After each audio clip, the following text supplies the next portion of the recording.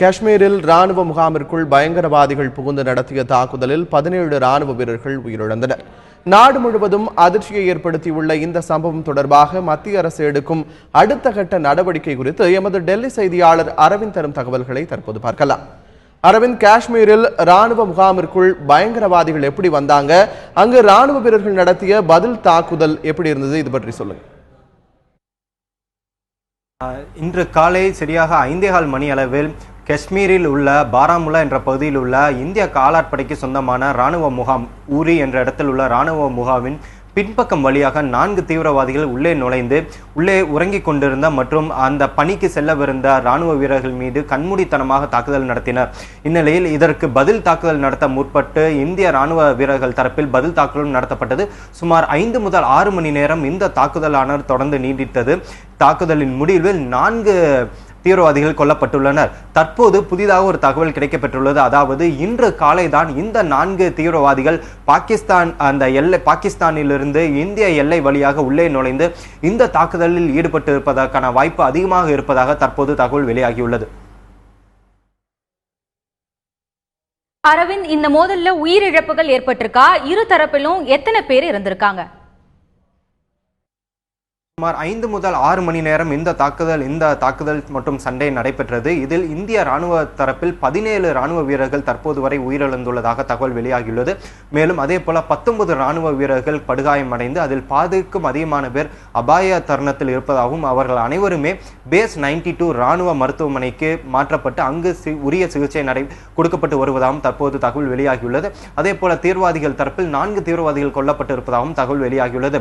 குறிப்பாக இந்த கொல்லப்பட்ட 17 ராணுவ வீரர்களில் அதிகமான பேர் பீகார் ரெஜிமெண்டை சேர்ந்தவர்கள். ஏனென்றால் அந்த ரெஜிமெண்ட் வீரர்கள் தான் அந்த தருணத்தில் அங்கே உறங்கிக் கொண்டிருந்தார்கள். எனவே அவர்கள் மீதுதான் தீவிரவாதிகள் தாக்குதல் நடத்தி இருப்பதால் அந்த 17 வீரர்களில் அதிகமான பேர் பீகார் ரெஜிமெண்டை சேர்ந்தவர்களாக இருப்பதற்கான வாய்ப்புகள் அதிகமாக இருப்பதாகவும் தகவல் வெளியாகியுள்ளது. அரவிந்த், அண்மை காலத்துல நடந்த மிகப்பெரிய தாக்குதல் இது. அதிக எண்ணிக்கையில ராணுவ வீரர்களும் இறந்திருக்காங்க. மொத்தம் 19 ராணுவ வீரர்கள் இறந்திருக்கிறதா தகவல்கள் வருது. இது பாதுகாப்புல ஏற்பட்ட குறைபாடா? இது குறித்து ராணுவ தரப்புல என்ன சொல்றாங்க?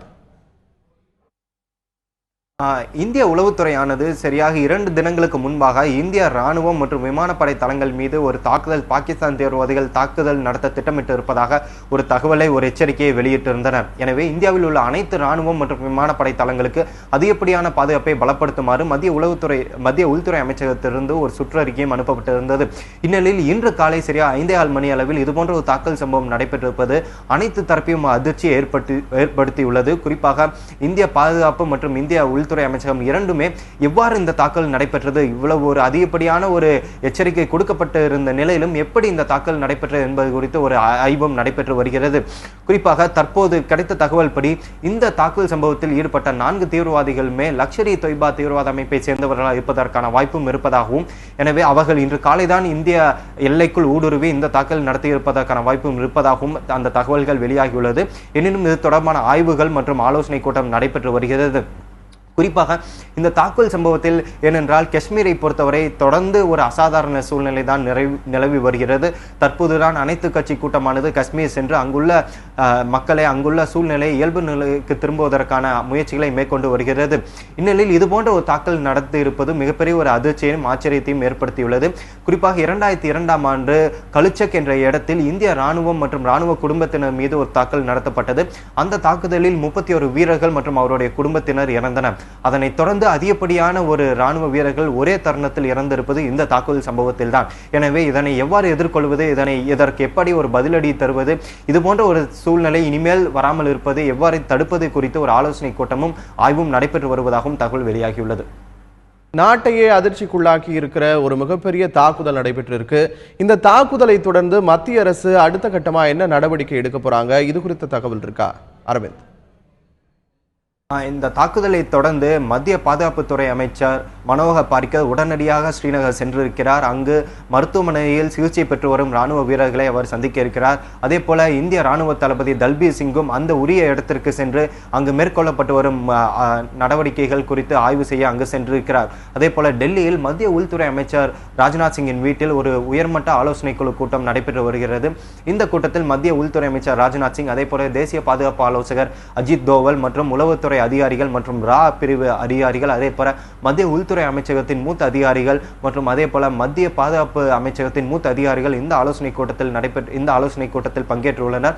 தற்போது இந்த கூட்டத்தின் முக்கிய அம்சம் என்னவென்றால், எப்படி இந்த தாக்குதல் நடைபெற்றது, இவ்வளவு ஒரு எச்சரிக்கை கொடுக்கப்பட்டிருந்த நிலையிலும் எப்படி இந்த தாக்குதல் நடத்தப்பட்டது, இந்த தீவிரவாதிகள் எங்கிருந்து இந்த தாக்குதல் நடத்தியுள்ளனர், எப்போது இந்த தீவிரவாதிகள் உள்ளே நுழைந்தார்கள், அதே போல மேலும் ஏதாவது தீவிரவாதிகள் இருக்கிறார்களா, உளவு பிரிவின் அடுத்த கட்ட தகவல்கள் ஏதேனும் இருக்கிறதா, எவ்வாறு இதனை எதிர்கொள்வது, தற்போது எந்த விதமான ரிட்டாலியேஷன், எந்த விதமான கவுண்டரை எதிர் தாக்குதலை நடத்துவது என்பது குறித்து இந்த ஆலோசனை கூட்டத்தில் முடிவெடுக்கப்பட உள்ளது. இதனைத் தொடர்ந்து மத்திய உள்துறை அமைச்சர் மற்றும் தேசிய பாதுகாப்பு ஆலோசகர் இருவருமே பிரதமர் நரேந்திர மோடியை இன்று மாலை சந்தித்து இது தொடர்பான தங்களுடைய ஆலோசனை நடத்துவார்கள் எனவும் தெரிகிறது.